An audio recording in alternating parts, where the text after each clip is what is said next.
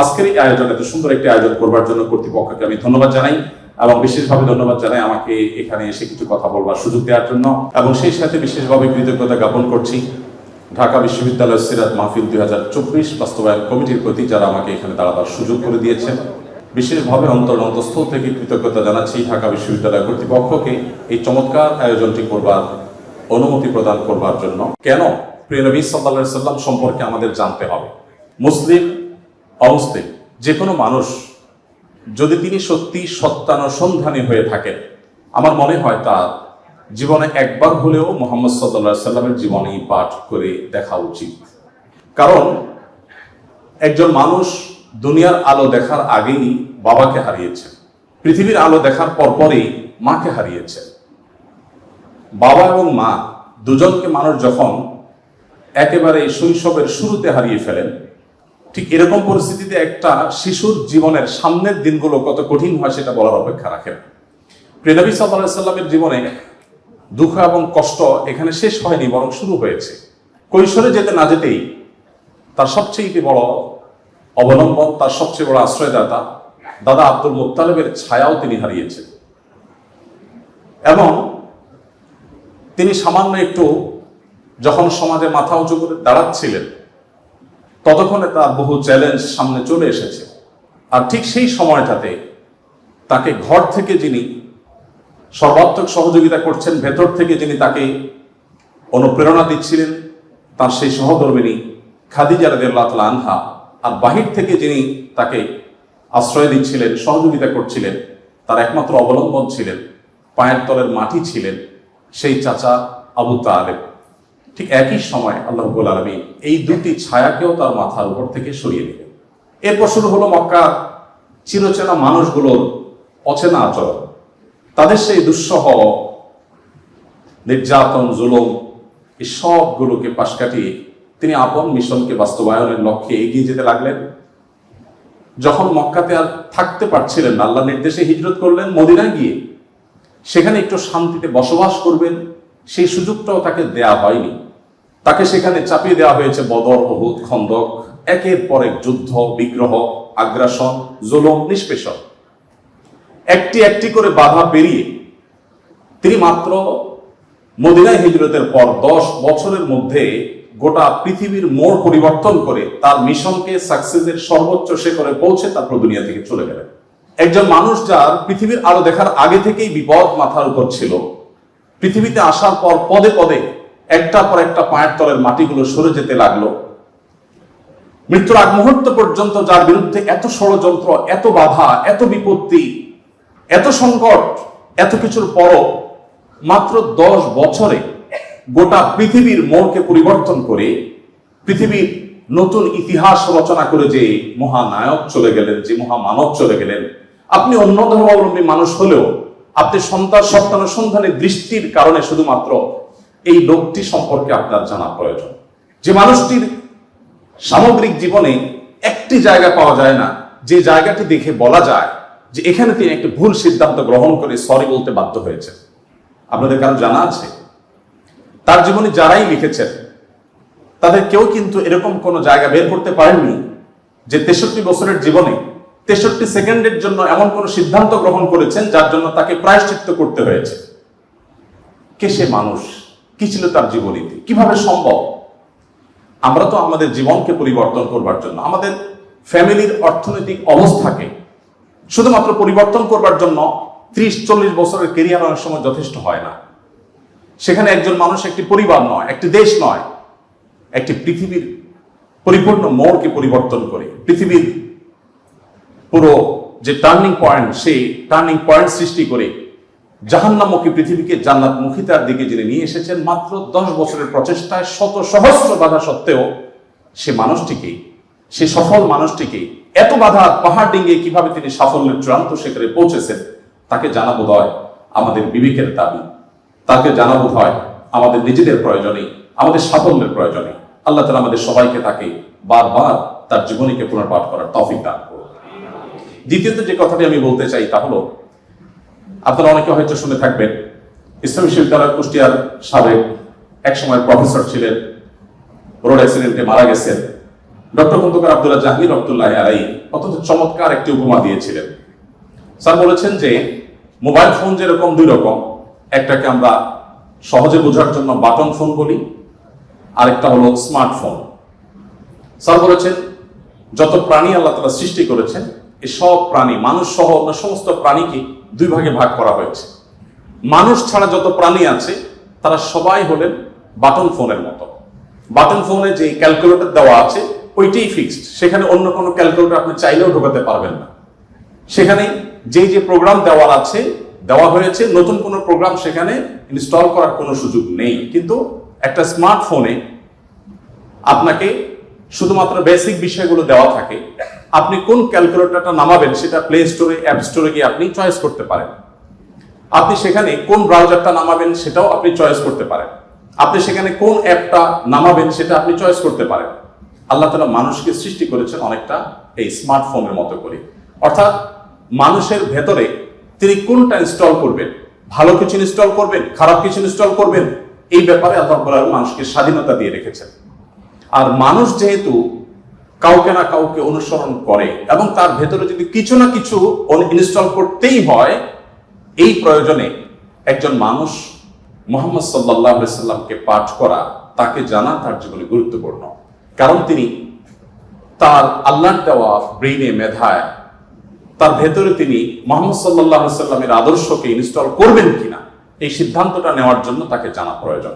গোটা পৃথিবীতে যত মানুষ এখন ইসলামে এসেছেন, কিয়ামত পর্যন্ত হয়তো যত মানুষ ইসলামে আসবেন, তাদের সবার উপর অ্যানালাইসিস করলে তারা কি কারণে ইসলামে এসেছেন, অন্তত বিগত দিনে যারা ইসলামে এসেছেন তাদেরটা যদি অ্যানালাইসিস করা হয় তাহলে দেখা যাবে, আমি অন্তত আমার অভিজ্ঞতার আলোকে বলতে পারি, যত মানুষ ইসলাম গ্রহণ করেছেন, ইসলাম এসেছেন, আমি প্রত্যেককে নতুন মুসলিম হয়েছেন তাদেরকে জিজ্ঞাসা করার চেষ্টা করেছি কোন কারণে আপনি ইসলামে এসেছেন। কারণ আমরা মুসলমানরা তো আমাদের আচার আচরণ, আমাদের কাজ কারবার দিয়ে আপনাদেরকে অভিভূত করে ইসলামের সৌন্দর্য আমাদের কর্মকাণ্ডের মাধ্যমে ফুটিয়ে তুলেছি, এমনটি ঘটার কথা নয়। তাহলে কি কারণে আপনি ইসলামে এসেছেন? যত মানুষ ইসলামে এসেছে তার মধ্যে উল্লেখযোগ্য সংখ্যক ইসলামে এসেছেন কোরআন পাঠ করে, আর অবশিষ্ট যারা ইসলামে এসেছেন তাদের বড় অংশ ইসলামে এসেছেন প্রিয় নবী সাল্লাল্লাহু আলাইহি ওয়াসাল্লামের সিরাত পাঠ করে। বিধায় আমি আপনাদের সবাইকে উদাত্ত আহ্বান রাখতে চাই যে আপনার জীবনে একবার নয়, বারবার করে প্রিয় নবী সাল্লাল্লাহু আলাইহি ওয়াসাল্লামকে জানুন, তার জীবনের শুরু থেকে শেষ পর্যন্ত নির্মোহভাবে পড়ুন। আমি নিশ্চিত করে বলতে পারি যে এটি আপনাকে প্রশান্তির চরম শেখরে পৌঁছে দিবে, আপনার ঈমানের মিটারকে অনেক বেশি উপরে তুলে দিবে। আল্লাহ তাআলা আমাদের সবাইকে সেই তৌফিক দান করুন। সম্মানিত উপস্থিতি, প্রিয় নবী সাল্লাল্লাহু আলাইহি সাল্লামের জীবনের বিভিন্ন দিক নিয়ে আপনারা আলোচনা শুনেছেন। আমি খুব সংক্ষেপে প্রিয় নবী সাল্লাল্লাহু আলাইহি সাল্লাম কিভাবে দুর্বলদের আশ্রয় কেন্দ্র ছিলেন সে বিষয়ে কিছু কথা আলোচনা করতে চাই। প্রিয় নবী সাল্লাল্লাহু আলাইহি সাল্লাম সবসময় দুর্বলদেরকে আগলে রাখার চেষ্টা করতেন, দুর্বলদের পক্ষে কথা বলতেন।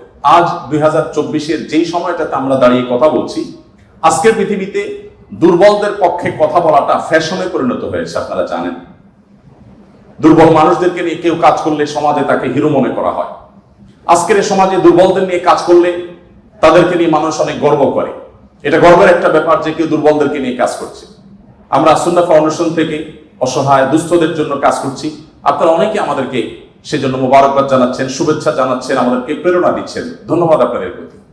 কিন্তু আমি যেটি বলতে চাচ্ছি যে আজ থেকে ঠিক ১৫০০ বছর আগের পৃথিবীতে যদি আমরা ফিরে যাই তাহলে আমরা লক্ষ্য করলে দেখতে পাবো সেই পৃথিবীতে দুর্বলদের পক্ষে কথা বলাটা ফ্যাশন তো দূরের কথা, সবচেয়ে বড় চ্যালেঞ্জের বিষয় ছিল।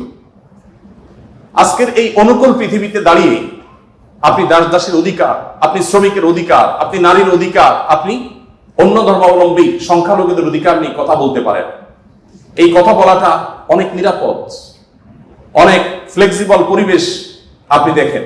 কিন্তু মুহাম্মদ সাল্লাল্লাহু আলাইহি সাল্লাম যখন দুর্বলদের পক্ষে কথা বলেছেন তখন পৃথিবীতে দুর্বলদের পক্ষে কথা বলাটা সহজ কাজ ছিল না, এটা লাইফ রিস্কের ব্যাপার ছিল, কিন্তু সে কাজটা তিনি করেছেন।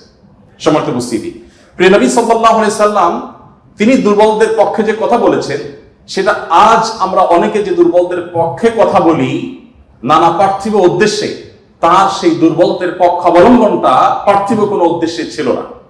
আমরা অনেকে আজ দুর্বলদের পক্ষে কথা বলি কোন সংস্থার কোন প্রজেক্ট পাওয়ার জন্য।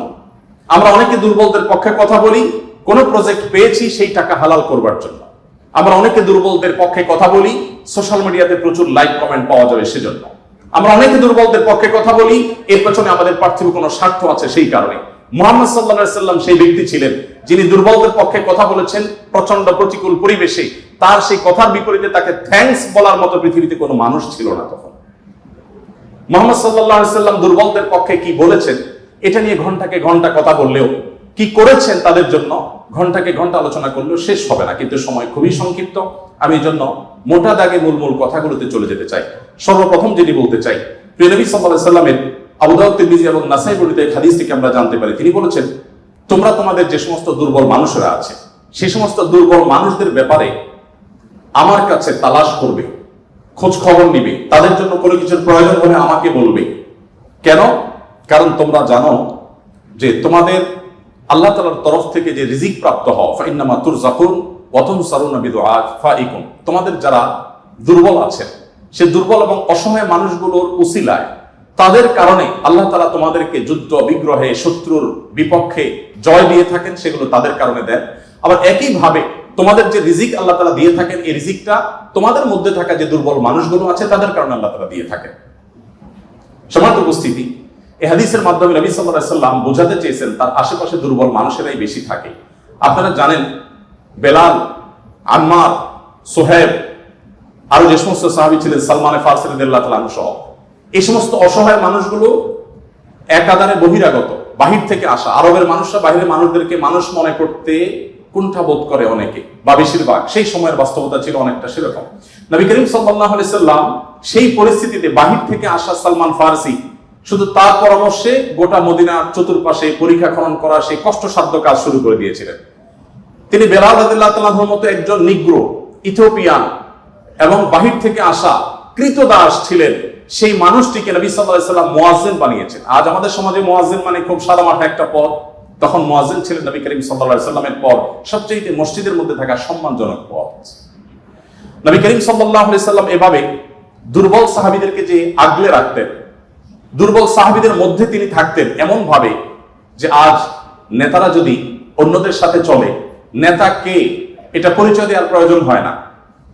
কোন পাওয়ারফুল ব্যক্তি, কোন নেতা, তিনি যদি তার অনুসারীদেরকে সাথে নিয়ে অনুসারীদের বেষ্টিত হয়ে হাঁটেন, তো তাকে চেনার জন্য কারো জিজ্ঞেস করতে হবে না।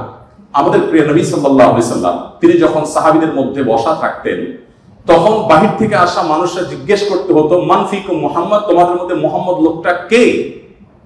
আপনি চিন্তা করুন, তার বসার মোড়টা এমন ছিল যে অন্য 10 জন সাধারণ সাহাবীর মধ্যে তিনি নিজেকে মিশিয়ে ফেলতেন। তার মধ্যে কোনো অহংকার ছিল না, এমন ভাবে দুর্বলদের সাথে নিজেকে মিশিয়ে ফেলতেন যে বাহির থেকে আসা মানুষ তার অ্যাটিটিউড দেখে, তার বডি ল্যাঙ্গুয়েজ দেখে চেনার কোনো উপায় ছিল না যে মুহাম্মদ নেতা লোকটি কে, সাল্লাল্লাহু আলাইহি ওয়াসাল্লাম। সম্মানিত উপস্থিতি, ঠিক একইভাবে আমরা জানি নবী করিম সাল্লাল্লাহু আলাইহি ওয়াসাল্লাম কারা জান্নাতবাসী, জান্নাতি লোকদের মার্কা কি, সেটা বলতে গিয়ে বলেছেন যে আলা আখবিরুকুম বিআহলিল জান্নাহ, তোমাদেরকে কি আমি বলে দিব না যে তোমাদের মধ্যে বিচরণকারী মানুষদের মধ্যে কারা কারা জান্নাতি, জান্নাতি হিসাবে তোমরা কাদেরকে সুধারণা করতে পারো, তাদের আলামত কি, যে আলামত দেখে তুমি অনুমান করবে, আন্দাজ করবে লোকটা জান্নাতি। নবী করিম সাল্লাল্লাহু আলাইহি ওয়াসাল্লামের পর নিজে জবাব দিয়ে বলেছেন, কুল্লু দাঈফিন মুতাদাঈফ, যে সমস্ত মানুষগুলো দুর্বল, বিনয়ী, নিরীহ, এই মানুষগুলো জান্নাতি। অর্থাৎ যদি তাদের ঈমান অন্য সব বিষয়গুলো ঠিকঠাক থাকে, পাশাপাশি তিনি যদি নিরীহ গোছের হন, বিনয়ী হন, বিনম্র হন, তিনি যদি খুব বেশি অহংকারী, অনেক বেশি রূঢ় স্বভাবের না হন, তাহলে এই মানুষগুলো জান্নাতি হওয়ার এটি একটি বড় লক্ষণ। এখানে নবী করিম সাল্লাল্লাহু আলাইহি ওয়াসাল্লাম দুর্বলতাকে জান্নাতি হওয়ার বা বিনয়কে জান্নাতি হওয়ার লক্ষণ হিসাবে উল্লেখ করেছেন। এখান থেকে বোঝা যায় দুর্বলদের অবস্থান তার কাছে কেমন ছিল। আমরা নবী সাল্লাল্লাহু আলাইহি ওয়াসাল্লামের যে দুর্বলদের প্রতি তার যে ভালোবাসা, তাদের অধিকার আদায়ের প্রচেষ্টা, তাদেরকে সমাজে তাদের যথাযথ অধিকার ফিরিয়ে দেওয়ার প্রচেষ্টা, সে সম্পর্কে যদি আমরা কয়েকটা উপমা দিতে চাই, আমরা একজন করে বলতে চাই। নারীদের ব্যাপারে বলতে চাই, আপনারা জানেন নবী সাল্লাল্লাহু আলাইহি ওয়াসাল্লাম যে সমাজে এসেছেন, সেই সমাজে নারী হিসেবে জন্মগ্রহণ করাটা এটা একটা অপরাধ ছিল।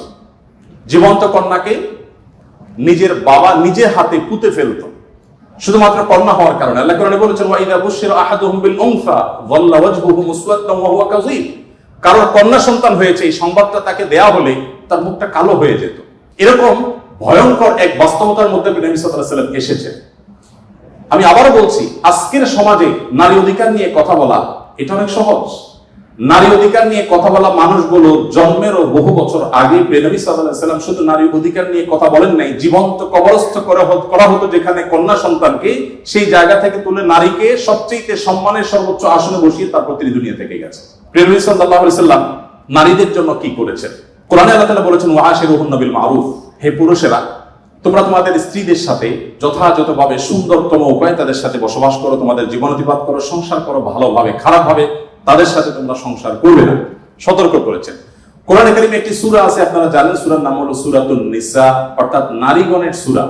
কোরআনে কিন্তু পুরুষগণের সূরা নামে কোনো সূরা নেই, সূরাতুর রিজাল নামে কোনো সূরা নেই, কিন্তু সূরাতুন নিসা নামে সূরা আছে, এবং সেটা ছোটখাটো 2-4-5 আয়াতের সূরা না, কোরআনের সবচেয়ে বড় সূরাগুলোর একটি। এবং কোরআনে শুধুমাত্র নারীদের বিধিবিধান বর্ণনা করবার জন্য সূরা তাহরিম, সূরা তালাক, অনেকগুলো সূরা আল্লাহ তাআলা নাযিল করেছেন স্পেশাল নারীদের বিধিবিধান বর্ণনা করবার জন্য। পুরুষদের জন্য আলাদা কোনো স্পেশাল বিধিবিধান, তাদের অধিকার, তাদের করণীয়, তাদের বিষয়গুলোকে আলোকপাত করবার জন্য কোনো আলাদা স্পেশাল কোনো সূরা নেই। কোরআনে আল্লাহ রাব্বুল আলামিন নারীদের সম্পর্কে যত আলোচনা করেছেন, শুধু সেগুলোই ঘন্টায় ঘন্টা আলোচনা করলে শেষ করা যাবে না। প্রিয় নবী সাল্লাল্লাহু আলাইহি ওয়াসাল্লাম তার, আপনারা জানেন, একাধিক স্ত্রী ছিলেন। একাধিক স্ত্রী থাকলে দাম্পত্য জীবনে টুকটাক মনোমালিন্য হয়, তার ক্ষেত্রেও হয়েছে। তিনি কখনো কোন নারীর গায়ে আঘাত করেননি, কোন নারীকে কখনো প্রহার করেননি, তার জীবনে একটি বারের জন্য সেই ঘটনা ঘটেনি। আপনারা অনেকে হয়তো শুনে থাকবেন, উহুদের যুদ্ধে প্রিয় নবী সাল্লাল্লাহু আলাইহি ওয়াসাল্লামের তরবারি একজন সাহাবীকে দেওয়া হয়েছে। তিনি দূর থেকে লক্ষ্য করলেন একজন নারী খুব বিভৎস একটি দৃশ্যের অবতারণা করেছে, তার নাম ছিল হিন্দা, আপনারা জানেন। তিনি নবী করিম সাল্লাল্লাহু আলাইহি ওয়াসাল্লামের প্রিয় চাচা লাশ কেটে কলিজা বের করে চাবাচ্ছে, এরকম নির্মম এবং পাশবিক অত্যন্ত ভয়ঙ্কর একটি চিত্র ওই সাহাবী দেখতে পেয়ে নবী সাল্লাল্লাহু আলাইহি ওয়াসাল্লামের তরবারি তার হাতে, তিনি দৌড়ে দূর থেকে আফসা আফসা দেখছেন, কাছাকাছি গেলেন, কাছাকাছি গিয়ে দেখতে পেলেন, দূর থেকে তিনি বুঝতে পারেন না যে ইনি ভদ্রলোক না ভদ্র মহিলা। খুব কাছে এসে দেখলেন যে তিনি একজন নারী। তিনি তখন বলেছেন পরবর্তীতে যে আমি তরবারিটা তুলেছিলাম যে তার শিরকে আমি তার ধড় থেকে, দেহ থেকে আলাদা করে দিব, কিন্তু তৎক্ষণাৎ আমার মনে হলো এই তরবারিটা তো সেই মানুষটা যে মানুষ কোনোদিন কোনো নারীর গায়ে আঘাত করেন নাই। আমি যত কঠিন দৃশ্যই দেখি না কেন, আমি নবী সাল্লাল্লাহু আলাইহি ওয়াসাল্লামের তরবারি দিয়ে কোনো নারীকে আঘাত করতে পারি না। তিনি সেই অবস্থাতে এরকম ভয়ঙ্কর একটি দৃশ্য দেখার পরও নবী করিম সাল্লাল্লাহু আলাইহি ওয়াসাল্লামের জীবন চরিত্রের মধ্যে তিনি নারীদেরকে যেভাবে সম্মান দিতেন, মর্যাদা দিতেন, শুধুমাত্র সেই বিষয়টিকে স্মরণ করে তরবারিকে খাপে ঢুকিয়ে তিনি সেখান থেকে ফিরে এলেন। প্রিয় নবী সাল্লাল্লাহু আলাইহি ওয়াসাল্লাম তিনি যুদ্ধের ময়দানে কয়েক শ্রেণী মানুষকে কোনোভাবেই যেন হত্যা না করা হয় তার জন্য আগে থেকে বলে রেখেছেন, এবং যুদ্ধের আগে যোদ্ধাদেরকে, মুজাহিদদেরকে বলে রাখতেন, খবরদার রণাঙ্গনের শত্রুপক্ষের অন্য সব মানুষকে আঘাত করলো, নারীদেরকে আঘাত করবে না। আপনারা এই জন্য সাহাবীদের মধ্যে পুরুষ সাহাবীদের শহীদ হওয়ার অনেক লম্বা ফিরিস্তি বা লিস্ট আপনারা দেখতে পান, মহিলা সাহাবীদের লিস্ট খুব বেশি একটা দেখা যায় না। যদিও পুরুষদের আল্লাহর জন্য জীবন উৎসর্গ করার এই পথের সর্বপ্রথম পথ নির্দেশ করেছেন যিনি, অবাক করা বিষয় হলো তিনি একজন নারী, সুমাইয়া রাদিয়াল্লাহু তাআলা আনহা। প্রিয় ভাইরা আমার, নবী করিম সাল্লাল্লাহু আলাইহি ওয়াসাল্লাম তার জীবনের একেবারে শেষের দিকের বক্তব্যগুলোর, ভাষণগুলোর একটি ছিল ইস্তাউসু বিন নিসাই খায়রা, তোমরা নারীদের ব্যাপারে আমার কাছ থেকে ভালো ওসিয়ত গ্রহণ করো, অর্থাৎ আমি তোমাদেরকে ওসিয়ত করছি, আমি জীবনের শেষ মুহূর্তে, অন্তিম মুহূর্তে তোমাদেরকে উপদেশ দিচ্ছি, নারীদের বেলায়, মহিলাদের ব্যাপারে তোমরা ভালো আচরণ করবে, এটি আমার কাছ থেকে শুনে রাখো।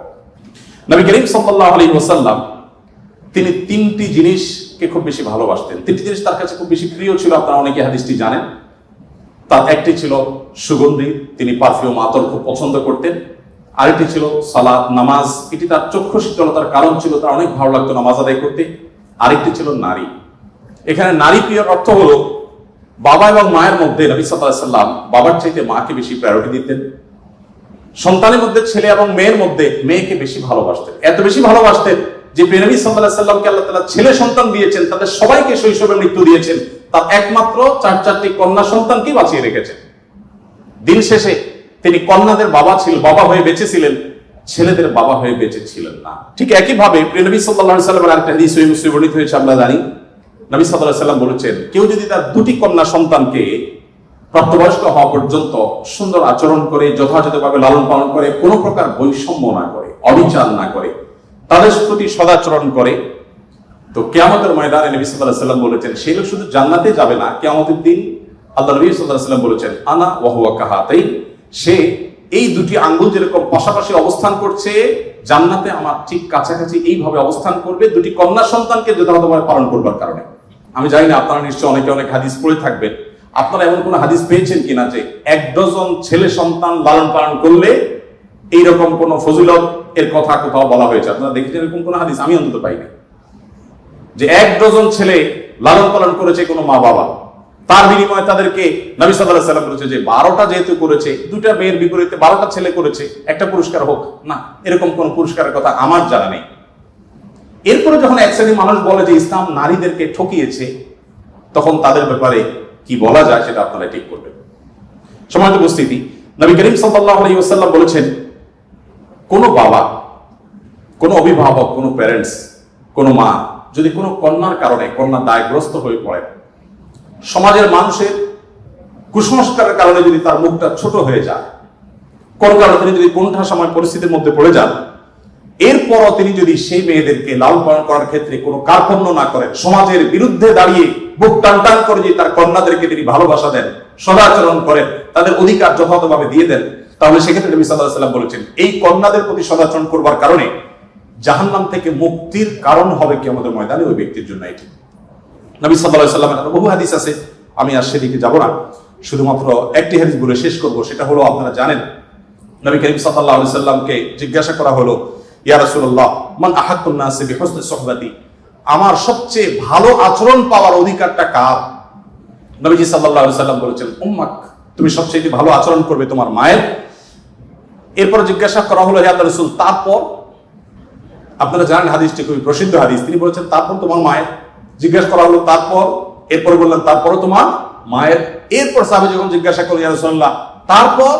এরপর বললেন তোমার বাবা। আপনারা অনেকে শুনেছেন ডক্টর জাকির নায়েক, তিনি এই হাদিস প্রসঙ্গে বলেছেন, আল্লাহ নবী সাল্লাল্লাহু আলাইহি ওয়াসাল্লাম গোল্ড মেডেলটাও দিলেন মাকে, তারপর সিলভার মেডেলটাও দিলেন মাকে, ব্রোঞ্জটাও দিলেন মাকে, বাবাকে দিলেন একটা সান্ত্বনা পুরস্কার।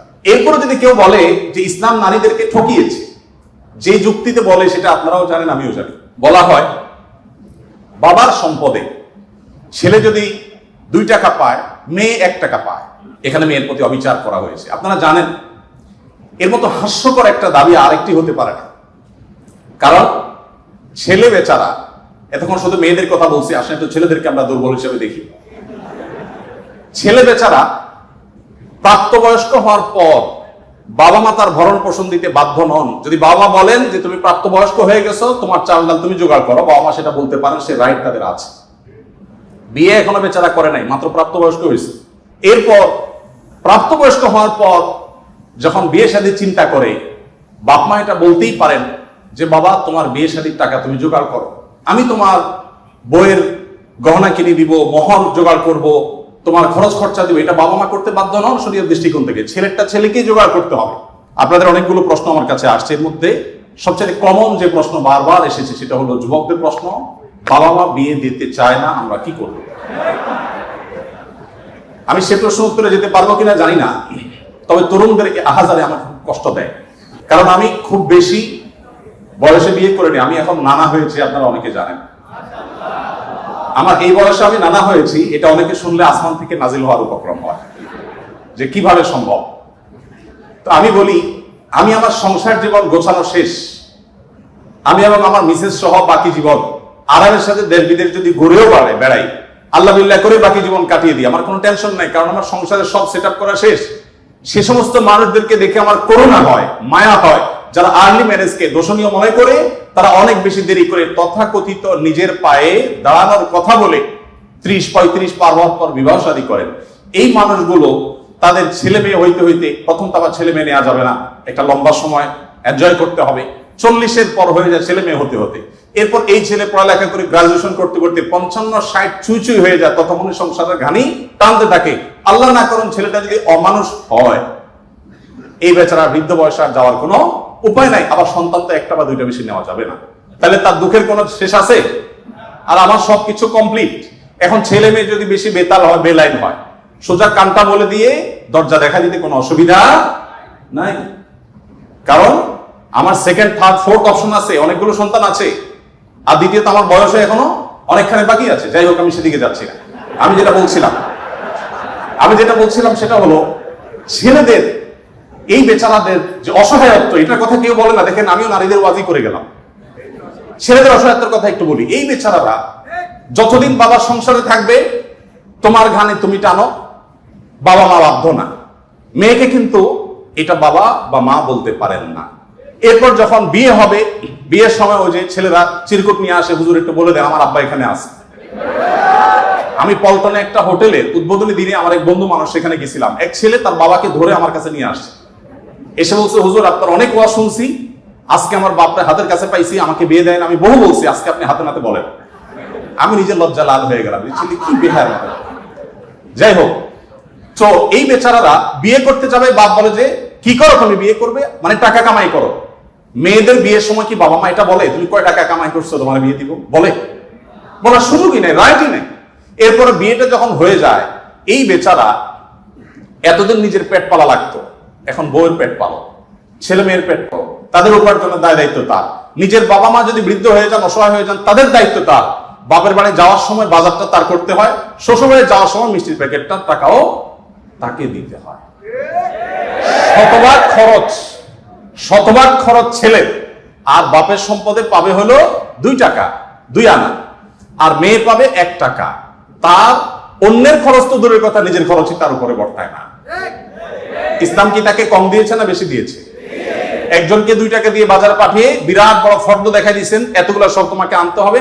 আরেকজনকে 1 টাকা দিয়ে বললেন যে তুমি শুধুমাত্র এই টাকা দিয়া যা খুশি তা করতে পারো। তাহলে এই 1 টাকা যাকে দেওয়া হয়েছে তার অধিকার কি কম দেওয়া হয়েছে না বেশি দেওয়া হয়েছে? আল্লাহর সাথে পাল্লা দিলে গোল্লা যাওয়া ছাড়া কোনো উপায় থাকে না। যারা নিজের বিবেক দিয়ে আল্লাহ সুবহানাহু ওয়া তাআলার বিচারকে, বিশ্লেষণকে বিচার করতে চায়, তারা আল্লাহর উপরে যে খোদার উপরে খোদাগিরি বলে যে সে মূর্খতা ছাড়া কিছুই করছে না। আমি শ্রদ্ধা রেখে তাদের প্রতি বলতে বাধ্য হলাম। যাই হোক, আমি যেটা বলছিলাম যে নবী সাল্লাল্লাহু আলাইহি ওয়াসাল্লাম মেয়েদের সম্পর্কে এত কথা বলেছেন। দেখুন যে মা হিসাবে মেয়েদের মর্যাদা এত বেশি। ইমাম মালিক রাহমাতুল্লাহ আলাইহি একটি চমৎকার কথা বলেছেন। তিনি বলেছেন যে আল আম্বিয়া আবুল বানাত। আপনারা অবাক হবেন, যত নবী রাসূল পৃথিবীতে এসেছেন বেশিরভাগ নবী রাসূলদেরকে আল্লাহ তাআলা ছেলে সন্তান না দিয়ে মেয়ে সন্তান দিয়েছেন। এরপরে যেটি বলতে চাই তা হলো বিধবা এবং ইয়েতিমদের ব্যাপারে। দেখুন, ইয়েতিম বিধবার ব্যাপারে নবী করিম সাল্লাল্লাহু আলাইহি ওয়াসাল্লাম বলেছেন, বুখারীতে হাদিসটি বর্ণিত হয়েছে, আস-সাইলাল আরমালাতি ওয়াল মাসাকিন কাল মুজাহিদি ফি সাবিলিল্লাহ আও কাল্লাযী ইয়াকুমুল লাইলা ওয়া ইয়াসুমুন নাহার। যে ব্যক্তি কোনো বিধবার ব্যয়ভারের দায়িত্ব গ্রহণ করবে, যে ব্যক্তি কোনো ইয়েতিমের লালন পালনের দায়িত্ব গ্রহণ করবে, অভিভাবকত্বের দায়িত্ব গ্রহণ করবে, নবী সাল্লাল্লাহু আলাইহি ওয়াসাল্লাম বলেছেন এই ব্যক্তি আল্লাহর রাস্তায় রণাঙ্গনে জিহাদরত ব্যক্তি আল্লাহর কাছে যে মর্যাদা লাভ করবে, নিজের জায়গায় বসে থেকে অসহায় বিধবার দায়িত্ব, বিধবা ভাতা দিয়ে তার দায়িত্ব গ্রহণ করলে এই ব্যক্তিকে আল্লাহ তাআলা সেই মর্যাদা দান করবেন। আপনি এরকম কোন হাদিস দেখাতে পারবেন না যে একটা লোক বেচারা বউ মরে গেছে, মনমরা থাকে, যদি কোনো ভদ্র মহিলা তার আশ্রয় দেওয়ার জন্য তিনি অনুপযুক্ত হওয়া সত্ত্বেও নিজেকে পেশ করেন, উপস্থাপন করেন, আর তার আশ্রয় হয়ে যান, তাহলে নবী সাল্লাল্লাহু আলাইহি ওয়াসাল্লাম বলেছেন তার এই পুরস্কার আছে। নিশ্চয়ই ভালো কাজের সওয়াব আছে, কিন্তু আলাদা পার্টিকুলার কোনো সওয়াবের কথা নবী সাল্লাল্লাহু আলাইহি ওয়াসাল্লাম বলেন নাই। কিন্তু একজন বিধবার ব্যাপারে কিন্তু সেই কথা বলা হয়েছে। ইয়েতিমের ব্যাপারে নবী সাল্লাল্লাহু আলাইহি ওয়াসাল্লাম বলেছেন, আনা ওয়া কাফিলুল ইয়াতীমি কাহাতাইন। আমি এবং ইয়েতিমের অভিভাবক, যিনি ইয়েতিমের দায়িত্ব নেন, এই দুইজন এই দুটি আঙ্গুলের মতো পাশাপাশি জান্নাতে অবস্থান করব। আপনারা কেউ বলতে পারেন যে জান্নাতে এই লোক নবীর কাছে থাকবে, এর আগে শুনলাম 2টা কন্যা লালন পালন করলে সেও নবী সাল্লাল্লাহু আলাইহি ওয়াসাল্লাম কাছে থাকবে, তো নবী সাল্লাল্লাহু আলাইহি ওয়াসাল্লাম কাছে কতজন থাকবে? আসলে দুনিয়াতে আমরা একজনের সাথে আরেকজন হাঁটতে পারি, আখিরাতকে আমরা দুনিয়ার মতো কম্পেয়ার করি বা বিবেচনা করি, আখিরাতের বিষয়টা সম্পূর্ণ ভিন্ন। নবী সাল্লাল্লাহু আলাইহি ওয়াসাল্লামের জান্নাত এটা তো দুনিয়ার কোনো প্রাসাদের মতো হবে না, বিশাল বড় জগৎ নিয়ে হবে। সবচেয়ে ছোট জান্নাতে যে গোটা পৃথিবীর সমান 10 পৃথিবীর সমপরিমাণ জান্নাত তিনি পাবেন। মহাশূন্য সম্পর্কে আমরা ধারণা পাওয়ার পর আমাদের কাছে এটা খুব সহজ মনে হয় যে পৃথিবীর অন্যান্য পৃথিবীর বাইরে যে আল্লাহ তাআলার মহা সৃষ্টি আছে সেগুলোর তুলনায় পৃথিবী খুব ক্ষুদ্র। যখন পৃথিবীতে এগুলো আবিষ্কার হয় না, আপনি চিন্তা করুন তখনকার মুসলমানদের জন্য ঈমান আনা কতটা কঠিন ছিল, যে কিভাবে এত বড় জান্নাত দিবেন আল্লাহ তাআলা, কোথায় এত জায়গা। কিন্তু আজ আমরা সেটা আবিষ্কার করেছি, আমরা জানি কিয়ামত পর্যন্ত আবিষ্কার হতে থাকবে। কোরআন এবং সুন্নাহর অনেক কিছু এখনো আমাদের বুঝে আসছে না, কিন্তু একসময় হয়তো বুঝে আসবে। তো যাই হোক, নবী করিম সাল্লাল্লাহু আলাইহি ওয়াসাল্লাম ইয়েতিমের ব্যাপারে এই সুসংবাদ আমাদেরকে দিয়েছেন। এবং নবী সাল্লাল্লাহু আলাইহি ওয়াসাল্লাম একটা হাদিস বলে আমি শেষ করব। তিনি বলেছেন, যে ব্যক্তি তার পরিবারের মধ্যে কোনো ইয়েতিমকে সংযুক্ত করেন, এই জায়গা আমি একটু থামবো। ইয়েতিমকে সংযুক্ত করার মানেটা কি? আমাদের দেশে ইয়েতিম বা গরিবের বাচ্চাকে লালন পালন অনেকেই করেন, কিন্তু সেটা নিজের ধান্দায় করেন, গরিবের প্রয়োজনে না। কিভাবে সেটা? কারণ সন্তান হচ্ছে না, তখন তিনি একটু বাবা ডাক শুনতে চান, মা ডাক শুনতে চান। তো এই জায়গা থেকে তিনি একটা বাচ্চাকে নিয়ে আসেন, অসহায় মানুষের, কারো কোনো বাচ্চার বাবা মারা গেছেন, বাবা মারা গেছেন, মা মারা গেছেন, তাকে নিয়ে আসেন। সেই বাচ্চাটাকে এনে লালন পালন করেন এবং মনে করেন আমি অনেক সওয়াবের কাজ করছি। আপনি অবশ্যই সওয়াবের কাজ করছেন না যদি আপনার উদ্দেশ্য হয় আপনার যে মা ডাক শোনা, বাবা ডাক শোনা সেটা, আর যদি আপনার উদ্দেশ্য হয় যে না আমি তাকে লালন পালন করতে চাই, সে তার মায়ের কাছেই থাকুক, আমি তার ভরণ পোষণ দিব, তার পড়াশোনা খরচ চালাবো, তার অভিভাবকত্ব করবো, তাকে আশ্রয় দিব, তাহলে আপনি এই হাদিসের সুসংবাদ পাবেন ইনশাআল্লাহ তাআলা। আপনি যদি নিজে পার্থিব কোনো স্বার্থে তাকে লালন পালন করেন তাহলে এই হাদিসের মর্যাদা আপনি লাভ করবেন না। নবী করিম সাল্লাল্লাহু আলাইহি ওয়াসাল্লাম মুসনাদ আহমদে বর্ণিত একটা হাদিসে আসছে, তিনি বলেছেন যে এক ব্যক্তি তার কাছে বলেছে, আল্লাহ রাসূল, আমার অন্তরটা অনেক শক্ত, আমি খুব শক্ত হৃদয়ের মানুষ, আমার মনটা নরম হয় না, আপনি আমাকে কোনো একটা পরামর্শ দিন। নবী সাল্লাল্লাহু আলাইহি ওয়াসাল্লাম বলেছেন, তুমি ইতিমের মাথায় হাত বুলাবে, তোমার মন নরম হবে এবং সেই সাথে অসহায়দের তুমি খাদ্য দান করবে, আহার দিবে। এই দুটি কাজ যদি তুমি করো তাহলে তোমার অন্তরের কাঠিন্য দূর হয়ে যাবে। আমাদের অনেকের মধ্যে এই অভিযোগ আছে, আমরা এই আমলগুলো করতে পারি। নবী সাল্লাল্লাহু আলাইহি ওয়াসাল্লাম দুর্বলদের মধ্যে যারা দাস দাসী ছিলেন তাদের জন্য কি করেছেন আপনারা অনেকে জানেন। ইসলামের অনেকগুলো গুরুত্বপূর্ণ বিধিবিধান আছে, এর মধ্যে থেকে একটা হলো দাস দাসী মুক্ত করার বিধান। যদি কোনো পুরুষ, কোনো স্বামী যদি তার স্ত্রীকে মায়ের সাথে তুলনা করেন, মায়ের সাথে তুলনা করার একটা পর্যায়ে আছে যেটাকে ইসলামী ফিকহের পরিভাষায় জেহার বলা হয়। রাগে বসে এরকম অনেকে করে থাকেন যে আমার মা যেরকম হারাম তুমি এরকম হারাম, তালাকের মতোই অনেকটা এই টাইপের কথা যদি কেউ বলেন, তার প্রায়শ্চিত্ত হলো তাকে একটি দাস মুক্ত করতে হবে। কেউ যদি ইচ্ছাকৃতভাবে রোজা ভঙ্গ করেন তাহলে তার প্রায়শ্চিত্ত হলো তাকে একটি দাস মুক্ত করতে হবে। কেউ যদি শপথ করে শপথ রক্ষা না করেন, ভঙ্গ করেন, তাহলে তাকে দাস মুক্ত করতে হবে। কেউ যদি কোনো মানুষকে হত্যা করেন, ভুলে হত্যা করেন, তার প্রায়শ্চিত্তগুলোর মধ্যে থেকে একটা হলো তাকে দাস মুক্ত করতে হবে। এভাবে ইসলাম অনেকগুলো ভুলের প্রায়শ্চিত্ত হিসাবে অন্য কোনো অপশনের চাইতে দাস মুক্তিকে প্রায়োরিটি দিয়েছে, গুরুত্ব দিয়েছেন। নবী সাল্লাল্লাহু আলাইহি ওয়াসাল্লাম বারবার বলেছেন, কারণ তিনি চাইতেন মানুষ দাস না থাকুক, মানুষ মুক্ত হয়ে যাক। নবী সাল্লাল্লাহু আলাইহি ওয়াসাল্লাম আজকের পৃথিবীর মতো ফ্যাক্টরি রেভলিউশনের পর মানুষের মুক্তির জন্য বা দাস প্রথার বিরুদ্ধে তিনি কথা বলেছেন এমন না। আমি আগেই বলেছি, আজ পৃথিবীতে বহু দুর্বলদের পক্ষে কথা বলা মানুষ পাবেন, তার সবগুলোই বেশিরভাগই দেখবেন স্বার্থের কারণে। আমরা নিজেরাও দুর্বলদের সহযোগিতা করি। এই যে বন্যা গেল, অনেকেই বন্যার সময় ত্রাণ নিয়ে গেছেন জাস্ট একটা ছবির জন্য, অনেকে ত্রাণ নিয়ে গেছেন, কষ্ট করেছেন, শুধু তার একটা লাইক দরকার, কিছু লাইক দরকার, কিছু কমেন্ট দরকার, কিছু বাহবা দরকার। তো নবী সাল্লাল্লাহু আলাইহি ওয়াসাল্লাম দাস দাসীদের মুক্তির জন্য কথা বলেছেন সেই সমাজে যখন দাস দাসী ছিল। আজকের যুগে বিএমডব্লিউ মালিক হলে যেরকম গর্বের, দাস দাসী থাকা সেরকম গর্বের। এরকম মূল্যবান অ্যাসেট কোনো বিনিময় ছাড়া মুক্ত করে দেওয়ার জন্য নবী সাল্লাল্লাহু আলাইহি ওয়াসাল্লাম উৎসাহিত করতেন। শুধু তাই নয়, আপনারা জানেন যে নবী করিম সাল্লাল্লাহু আলাইহি ওয়াসাল্লাম বলেছেন, কোন দাসকে যদি কেউ মুক্ত করে তাহলে ওই দাসের প্রতিটি অঙ্গকে মুক্ত করার বিনিময়ে যে ব্যক্তি এই কাজটি করলেন, আল্লাহ তাআলা ওই ব্যক্তিকে তার ওই অঙ্গকে জাহান্নাম থেকে মুক্তির পরোয়ানা দান করবেন। নবী সাল্লাল্লাহু আলাইহি ওয়াসাল্লাম আরেকটি হাদিস আছে, তিনি বলেছেন জীবনের শেষ কথা। নবী সাল্লাল্লাহু আলাইহি ওয়াসাল্লামের জীবনের শেষ কথা কি আমরা জানি, অনেকে জানি, আসসালাতু আসসালাত ওয়া মা মালাকাত আইমানুকুম। অর্থাৎ নবী করিম সাল্লাল্লাহু আলাইহি ওয়াসাল্লামের জীবনের শেষ কথা ছিল তোমরা নামাজের ব্যাপারে দায়িত্বশীল থাকবে, নামাজের ব্যাপারে দায়িত্বশীল থাকবে এবং তোমাদের দাস দাসীদের ব্যাপারে দায়িত্বশীল আচরণ করবে। এটা ছিল তার জীবনের শেষ কথা। একটা মানুষের কাছে দাস দাসীদের অধিকার কত গুরুত্বপূর্ণ হলে, অধীনস্থ মানুষগুলোর অধিকার কত গুরুত্বপূর্ণ হলে জীবনের শেষ কথা এটা বলে চলে যান যে তোমরা তাদের ব্যাপারে খবরদার সদাচরণ করবে, তাদের প্রতি কোনো জুলুম অবিচার করবে না। আপনারা অনেকে আবু মাসউদ আনসারী রাদিয়াল্লাহু তাআলা আনহুর নাম শুনেছেন। আবু মাসউদ আনসারী রাদিয়াল্লাহু তাআলা আনহু তার একজন দাসকে প্রহার করছিলেন, অধীনস্থকে, কাজের লোককে প্রহার করছিলেন। নবী সাল্লাল্লাহু আলাইহি ওয়াসাল্লাম পেছন থেকে বললেন, হে আবু মাসউদ, সাবধান, শুনে রাখো আবু মাসউদ, লাল্লাহু আকদার আলাইকা মিনকা আলাই, তুমি এই দাসের প্রতি যতটা পাওয়ার রাখো, হোল্ড করো, আল্লাহ তাআলা তোমার উপর তার চেয়ে বেশি পাওয়ার হোল্ড করেন, মাইন্ড ইট। এই কথা শোনার পর আবু মাসউদ আনসারী রাদিয়াল্লাহু তাআলা আনহু সেই দাসকে মুক্ত করলেন। বলে, ইয়া রাসূলুল্লাহ, আমি তাকে মুক্ত করে দিলেন। তখন নবী সাল্লাল্লাহু আলাইহি ওয়াসাল্লাম বলেছেন, যদি তুমি আজ তাকে মুক্ত না করতে, জাহান্নাম তোমাকে স্পর্শ করতো। আব্দুল্লাহ ইবনে ওমর রাদিয়াল্লাহু তাআলা আনহু বলেছেন, আমি নবী করিম সাল্লাল্লাহু আলাইহি ওয়াসাল্লামকে বলতে শুনেছি, যে ব্যক্তি কোনো দাসের প্রতি জুলুম করবে, তাকে অন্যায়ভাবে প্রহার করবে, তার কাজের লোককে, অধীনস্থ লোককে, তার প্রায়শ্চিত্ত হলো সে অধীনস্থ লোকটাকে সে মুক্ত করে দিতে হবে, দাস মুক্ত করে দিতে হবে, যেটা সহজ কোনো ব্যাপার ছিল না তখন। বুখারীর একটি বিশ্ববিখ্যাত হাদিস, স্বর্ণের অক্ষরে যেটা টানিয়ে রাখা দরকার আমাদের বাসা বাড়িতে। নবী সাল্লাল্লাহু আলাইহি ওয়াসাল্লাম বলেছেন, ইখওয়ানুকুম খাওয়ালুকুম, তোমাদের ভাই ব্রাদার যারা, তারাই তোমাদের অধীনস্থ কাজের মানুষ। এই মানুষগুলো সম্পর্কে নবী সাল্লাল্লাহু আলাইহি ওয়াসাল্লাম বলেছেন, জাআলাহুল্লাহু তাহতা আইদিকুম, তাদেরকে আল্লাহ তাআলা তোমাদের অধীনস্থ করে দিয়েছেন। এর মধ্যে ইঙ্গিত রয়েছে আল্লাহ চাইলে তোমাকে তার অধীনে করে দিতে পারতেন। অতএব ফামান কানা আখুহু তাহতা ইয়াদি, যে ব্যক্তি তার ভাই তার অধীনে থাকবে, অর্থাৎ কোনো দাস, কোনো দাসী, অথবা যে কোনো কাজের মানুষ, এখানে দাস দাসী কথা বলা হয়নি, যে কোনো কাজের লোক, অধীনস্থ মানুষ যদি কারোর অধীনে থাকে, ফালইউতআইনহু মিম্মা ইয়াকুল, তাহলে সে যা খায় একই কোয়ালিটির খাবার যেন তাকে অফার করে, এবং সে যা পোশাক পরে একই কোয়ালিটির পোশাক যেন তাকে পরায়। একটু থামতে চাই এখানে।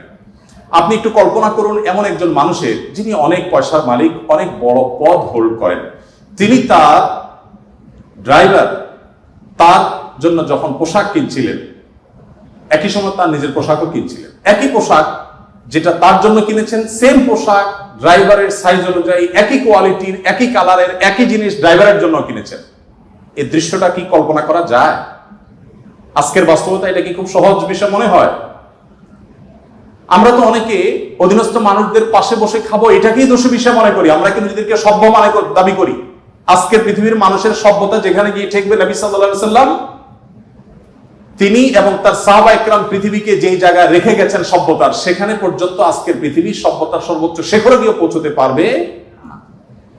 নবী করিম সাল্লাল্লাহু আলাইহি ওয়াসাল্লাম তিনি তাকে একবার জিজ্ঞাসা করা হলো যে, হে আল্লাহর রাসূল, আমাদের যে কাজের লোক আছে, খাদেম আছে, এই লোকগুলো যত ভুল করে কয়বার মাফ করা যায়? আপনি একটু বলেন। মানে একটা সীমা আছে তো, কতবার মাফ করা যায়? নবী করিম সাল্লাল্লাহু আলাইহি ওয়াসাল্লাম চুপ থাকলেন। লোকটা আবার একই কথা বললেন, নবী সাল্লাল্লাহু আলাইহি ওয়াসাল্লাম চুপ থাকলেন। তিনি আবার যখন বললেন, নবী করিম সাল্লাল্লাহু আলাইহি ওয়াসাল্লাম বলেছেন, দিনে 70 বার মাফ করবা। এর মানে হলো তুমি নিজেকে নিয়ন্ত্রণহীন করবে না। এই বিষয়ে অবশ্য ওয়াজ করা অনেক সহজ, আমল করা অনেক কঠিন। আল্লাহ তাআলা আমাদেরকে আমলের তৌফিক দান করুন। এভাবে নবী করিম সাল্লাল্লাহু আলাইহি ওয়াসাল্লাম দুর্বলদের পক্ষে, দুর্বলদের অধিকার আদায়ের জন্য অনেক কথা বলেছেন। সেই সময় যখন দুর্বলদের পক্ষে কথা বলা আজকের মতো ফ্যাশনের বিষয় ছিল না। আজ যারা অধিকারের কথা বলে, তাদের জন্মেরও হাজারো বছর আগে প্রিয় নবী সাল্লাল্লাহু আলাইহি ওয়াসাল্লাম এই মানুষগুলোর অধিকার আদায় করে উন্নতির চরম শিখরে রেখে গেছেন। পৃথিবী আবার তাদেরকে অবনমন করেছে, আর সেজন্য আমাদেরকে কথা বলতে হচ্ছে। সম্মানিত উপস্থিতি, নবী করিম সাল্লাল্লাহু আলাইহি ওয়াসাল্লাম তিনি অন্য ধর্মাবলম্বীদের অধিকার নিয়ে যত কথা বলেছেন, অনেক লম্বা কথা বলতে হবে, আমার হাতে একেবারে সময় নেই। আমি শুধু এটুকু বলবো, আল্লাহ তাআলা কোরআনে কারিমে বলেছেন, লা ইয়ানহাকুমুল্লাহু আনিল লাযিনা লাম ইউকাতিলুকুম ফিদ-দীন ওয়া লাম ইখরিজুকুম মিন দিয়ারিকুম আন তাবাররুহুম ওয়া তুকসিতু ইলাইহিম ইন্নাল্লাহা ইউহিব্বুল মুকসিতিন। যে সমস্ত অন্য ধর্মাবলম্বীরা তোমাদেরকে তোমাদের দেশ থেকে বের করে দেয়নি, তোমাদের উপর কোনো যুদ্ধ চাপিয়ে দেয়নি, অর্থাৎ শান্তিপূর্ণ সহাবস্থান করছে, তাদের প্রতি সদাচরণ করতে তোমাদের আল্লাহ তোমাদেরকে নিষিদ্ধ করেনি না, বরং আল্লাহ তাআলা সদাচরণকারী, ন্যায়নিষ্ঠ আচরণকারীকে ভালোবাসেন। তার মানে সংখ্যালঘুদের প্রতি, অন্য ধর্মাবলম্বীদের প্রতি কোন মুসলিম যদি সদাচরণ করে, এই লোক আল্লাহর ভালোবাসা পাবে। বাংলাদেশে মানুষ ধর্মপ্রাণ, এদেশে ওলামা ইকরাম দায়িত্বশীল। এই জন্য আমি প্রায় বলি, আমাদের আশেপাশে অন্য যে কোনো দেশের সংখ্যালঘুদের চাইতে আমাদের দেশের সংখ্যালঘুরা আলহামদুলিল্লাহ অনেক ভালো আছে, সেজন্য আমরা অনেক হ্যাপি এবং সুখী। আমরা চাই তারা আরো ভালো থাকুক। আমাদের আশেপাশে বিভিন্ন দেশে বহু ধর্মীয় দাঙ্গা হয়েছে, শত শত মানুষ মারা গেছে। বাংলাদেশের আজও পর্যন্ত কখনোই ধর্মীয় দাঙ্গায় শত শত মানুষ তো দূরের কথা, ডজন ডজন মানুষ মারা গেছে, এমন কোন ঘটনা কখনো শোনা। সংখ্যালঘুদের নির্যাতনের যে সমস্ত বিচ্ছিন্ন ঘটনা ঘটে, এটা আমরাও জানি, আমাদের সংখ্যালঘু ভাই বোনেরাও জানেন। এটা দিন শেষে রাজনৈতিক ফায়দা হাসিলের নীল নকশা ছাড়া আর কিছুই নয়। বাংলাদেশের সবচেয়ে বড় ধর্মীয় শিক্ষা প্রতিষ্ঠান হাটহাজারী মাদ্রাসা ঠিক কোল ঘেঁষে একটা মন্দির, আমি সেই মাদ্রাসার ছাত্র। এত প্রাচীন এই মন্দির এবং মাদ্রাসাও প্রাচীন, শতবর্ষী মাদ্রাসা এবং প্রাচীন মন্দির। কেউ বলতে পারবে না যে মাদ্রাসার হাজার হাজার ছাত্রের কেউ কোনোদিন একটা ঢিল সেই মন্দিরে নিক্ষেপ করেছেন, অথবা মন্দির থেকে পাল্টা এরকম কিছু হয়েছে, কেউ বলতে পারবে না। বাংলাদেশের মানুষের সাম্প্রদায়িক সম্প্রীতির যে উদ্যোগ দৃষ্টান্ত, পৃথিবীর অনেক উন্নত দেশেও সে দৃষ্টান্ত নেই। এটা আমরা কোত্থেকে পেয়েছি? ইসলাম থেকে পেয়েছি। আমাদের সংখ্যালঘু ভাই বোনদের প্রতি সদাচরণ করতে আমাদের ইসলাম বলে, ভালো মুসলিম হওয়ার প্রয়োজনে আমাদের এটা করতে হচ্ছে। অথবা আমরা যত বেশি ভালো মুসলিম হতে পারবো, আমাদের সংখ্যালঘু ভাই বোনরাও তত নিরাপদে থাকবে। নবী সাল্লাল্লাহু আলাইহি ওয়াসাল্লাম বলেছেন, যেই ব্যক্তি কোনো অমুসলিম, যিনি মুসলিম ভূখণ্ডে বসবাস করার পারমিশন নিয়ে আসছেন, ধরুন বাইরে থেকে ভিসা নিয়ে এসছেন, অনুমোদিত তার বসবাসটা, এরকম কোন অন্য ধর্মাবলম্বীকে যদি কোনো মুসলমান হত্যা করে, এই মুসলমান এই হত্যার কারণে জান্নাত তো দূরের কথা, জান্নাতের গ্রামও সে পাবে। মানুষটা কিন্তু অন্য ধর্ম নয়। নবী সাল্লাল্লাহু আলাইহি ওয়াসাল্লাম একটা ইহুদির লাশ নিয়ে যাওয়া হচ্ছিল, তিনি সম্মান প্রদর্শন করলেন। সাহাবীরা বললেন, ইয়া রাসূলুল্লাহ, ইহুদির লাশ আপনি সম্মান প্রদর্শন করছেন। নবী সাল্লাল্লাহু আলাইহি ওয়াসাল্লাম বলেছেন আলাইসাত নাফসা, সে কি মানুষ না? লোকটা ইহুদি হতে পারে কিন্তু তিনি মানুষ না। আব্দুল্লাহ ইবনে ওমর রাদিয়াল্লাহু তাআলার বাসায় ছাগল জবে হয়েছে, তিনি বাহির থেকে এসে জিজ্ঞাসা করলেন আহাদাইতুম লিজানাল ইহুদি, আমাদের ইহুদি প্রতিবেশী বাসায় গোশত পাঠিয়েছো? বাসার লোকজন বলল না তো। তখন তিনি বললেন আল্লাহ রাসূল সাল্লাল্লাহু আলাইহি ওয়াসাল্লাম প্রতিবেশীর অধিকার নিয়ে এত কথা বলেছেন যে নিজের সম্পদে তাদের হিস্সা আল্লাহ তাআলা নির্ধারণ করে দেওয়ার উপক্রম হয়েছিল, আর তোমরা কেন প্রতিবেশী বাসায় খাবার পাঠাওনি? আমাদেরকে আরো ডেভেলপ করতে হবে। আমাদের আশেপাশে কোনো হিন্দু বসবাস করেন, আপনার পাশে ফ্ল্যাটে, পাশের বাড়িতে, আপনি কয়দিন তার বাসায় খাবার পাঠিয়েছেন, গিফট পাঠিয়েছেন? অথচ ইসলাম কিন্তু সেই নির্দেশ আমাদেরকে করে। যাই হোক, নবী করিম সাল্লাল্লাহু আলাইহি ওয়াসাল্লাম চতুষ্পদ জন্তু, পশু পাখির প্রতি তার যে দয়া ছিল, তারা দুর্বল, তারা অসহায়, তাদের পক্ষে নবী সাল্লাল্লাহু আলাইহি ওয়াসাল্লামের যে অবস্থান ছিল। একবার আপনারা জানেন বিখ্যাত হাদিস, নবী সাল্লাল্লাহু আলাইহি ওয়াসাল্লাম বলেছেন যে অনেক আগের একটি ঘটনা, এক লোক তিনি যাচ্ছিলেন কোথাও পানি পান করার জন্য, কোন একটা কুয়াতে তিনি নেমেছেন, উঠে দেখতে পেলেন একটি কুকুর পিপাসায় সেরকম ফুসফুস করছে। তখন তিনি তার পোশাক খুলে পানিতে চুবিয়ে চিবিয়ে ওই কুকুরকে খাওয়ালেন। এই হাদিসটি দুই রকম আছে, একজন পুরুষের ক্ষেত্রে আছে, তিনি তার পায়ের মোজা খুলেছেন, একজন নারীর কথা আছে, তিনি তার ওড়না খুলে এই কাজটি করেছেন। ওই নারী ব্যভিচারিণী হওয়া সত্ত্বেও আল্লাহ তাআলা একটি প্রাণীর প্রতি এই ভালোবাসা, এই সম্প্রীতি দেখাবার জন্য তাকে মাফ এবং নাজাত দিয়ে দিয়েছেন। নবী সাল্লাল্লাহু আলাইহি ওয়াসাল্লাম বলেছেন যে এর বিপরীতে একজন নারী, আপনারা সেটাও শুনেছেন অনেকেই, যে একটি ইবাদত গুজার একজন নারী একটি বিড়ালকে বেঁধে রেখেছিলেন এবং সে বিড়ালকে বেঁধে রাখতে রাখতে এক পর্যায়ে না খেয়ে বিড়ালটি মারা গেছে, তাকে খাদ্য দেননি। শুধুমাত্র এই কারণে তিনি ইবাদত গুজার হওয়া সত্ত্বেও আল্লাহ তাআলা ওই নারীকে জাহান্নামী হিসেবে ঘোষণা করেছেন, শুধুমাত্র একটা প্রাণীর জীবনের প্রতি এই হেয়ালিপনা করার জন্য। এখন প্রাণী তো দূরের কথা, মানুষের জীবন আমরা শেষ করে ফেলছি নির্দয় ভাবে। নবী করিম সাল্লাল্লাহু আলাইহি ওয়াসাল্লামের আরো হাদিস আমরা জানি, একটা পাখির দুটি বাচ্চাকে কেউ একজন ধরে নিয়ে গেলেন। নবী আলাইহিস সালাম যখন দেখলেন এই কাজটি কেউ করেছে, তখন বললেন যে কে কাজটি করেছো? তখন নবী করিম সাল্লাল্লাহু আলাইহি ওয়াসাল্লাম তাকে ডেকে বললেন, যাও, এই যে পাখি, মা পাখিটা সে ছটফট করছে আমি দেখতে পাচ্ছি, এই বাচ্চাগুলোকে সেখানে রেখে আসো, এটা তোমার জন্য জায়েজ নাই। মা পাখির বাচ্চাগুলোকে তুমি ছিনিয়ে আনবে জাস্ট তোমার বিনোদনের জন্য। তখন নবী করিম সাল্লাল্লাহু আলাইহি সাল্লাম ওই নির্দেশ সাহাবীকে করেছেন এবং ভর্ৎসনা করেছেন এই কাজটি করবার জন্য। এর বিপরীতে আরেকটা ঘটনা আমরা জানি, এর পাশাপাশি আরেকটা ঘটনা আমরা জানি, নবী সাল্লাল্লাহু আলাইহি সাল্লাম এক ব্যক্তিকে দেখলেন তিনি পিপিলিকার উপদ্রব থেকে বাঁচার জন্য আগুন দিয়ে পোড়াচ্ছেন। তিনি বলেছেন, খবরদার, লা ইউআযযিবু বিন-নার ইল্লা রাব্বুন নার, আগুন দিয়ে পুড়িয়ে নির্মম ভাবে তুমি এটাকে হত্যা করতে পারো। যদি হত্যা করতেই হয় তাহলে তুমি এমনি পিষে মেরে ফেলো, অন্য কোনো ভাবে মেরে ফেলো, নির্মম ভাবে তুমি মারতে পারো না। আমাদের অনেকে দেখবেন যে ওই যে এক ধরনের আঠা পাওয়া যায় ইঁদুর মারা, সে আঠা দিয়ে ইঁদুর মারার চেষ্টা করেন, নির্মম ভাবে মৃত্যু, হত্যা করা বা নিধন করা, এটা জায়েজ নেই। সে আপনাকে উপদ্রব করে, আপনি হত্যা করতে পারেন, কিন্তু নির্মম ভাবে হত্যা করবা বা হত্যাকে আপনি এনজয় করবেন, এই অধিকার আপনাকে ইসলাম দেয়নি।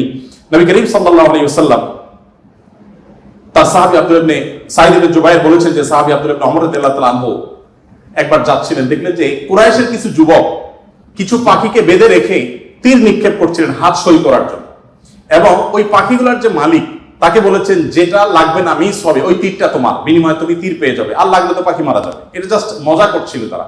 দেখেন আল্লাহ নবী সাল্লাল্লাহু আলাইহি ওয়াসাল্লামের সাহাবী আব্দুল্লাহ ইবনে ওমর যখন এসেছেন, জাস্ট তাকে দেখেছে, দেখার সাথে সাথে দৌড়ে পালিয়ে গেছে তারা, ওই যুবকরা, কারণ জানেন যে নবী সাল্লাল্লাহু আলাইহি ওয়াসাল্লামের সাহাবী কোন প্রাণীর প্রতি নির্মমতাকে সহ্য করবেন না, চলে গেছে তারা। তখন এবার আব্দুল্লাহ ইবনে ওমর রাদিয়াল্লাহু তাআলা আনহু বলেছেন, আল্লাহ লানত এবং অভিশাপ নাজিল হয় ওই মানুষগুলোর প্রতি যারা কোনো প্রাণীকে এরকম বিনোদনের জন্য জাস্ট তীর মেরে, গুলি মেরে বিভিন্ন ভাবে লক্ষ্যবস্তু তাদেরকে বানায়। নবী করিম সাল্লাল্লাহু আলাইহি ওয়াসাল্লামের জীবনের বহু ঘটনা আছে, আমরা বলে শেষ করতে পারবো না, আমি একেবারে শেষের দিকে চলে আসছি। একবার নবী করিম সাল্লাল্লাহু আলাইহি ওয়াসাল্লাম একটি ওট দেখতে পেলেন, খুব ক্ষীণকায়, জীর্ণশীর্ণ, দুর্বল, এবং তার চোখে পানি। নবী সাল্লাল্লাহু আলাইহি ওয়াসাল্লাম তার শরীরের উপরে খুব আলতো করে হাত বুলিয়ে দিলেন। তখন সেই ওটের আচরণ দেখে বর্ণনাকারী সাহাবী বলছেন, মনে হচ্ছিল সে অনেকটা প্রশান্ত অনুভব করেছে। তখন তিনি ওটের মালিককে ডেকে বললেন যে এই ওটকে তুমি কেন ভালো করে খাবার দাবার দাও না, তার ব্যাপারে তুমি আল্লাহকে কেন ভয় করো? নবী সাল্লাল্লাহু আলাইহি ওয়াসাল্লাম তাকে সতর্ক করলেন। ঠিক একই ভাবে নবী সাল্লাল্লাহু আলাইহি ওয়াসাল্লাম ঐতিহাসিক একটি হাদিস সহিহ মুসলিমে তিনি বলেছেন, ইন্নাল্লাহা কাতাবাল ইহসানা আলা কুল্লি শাই ফাইদা কাতালতুম ফাহসিনুল কিতলা ওয়া ইযা যাবাহতুম ফাহসিনুজ যিবহা। যদি কেউ কোন প্রাণীকে জবাই করতে হয়, জবাই করে খেতে হয়, আল্লাহ তার জন্য হালাল করেছেন, সেও যেন নির্মম ভাবে জবাই না করে। এই জন্য ছুরি যেন ভালো করে ধার দিয়ে নেয়, যাতে করে পশুর প্রতি নির্মমতা করতে করতে ধীরে ধীরে তাকে যেন হত্যা করতে না হয়। এমনকি কোনো মানুষকে যদি মৃত্যুদণ্ড দিতে হয়, তাকেও যেন নির্মম ভাবে হত্যা না করা হয়।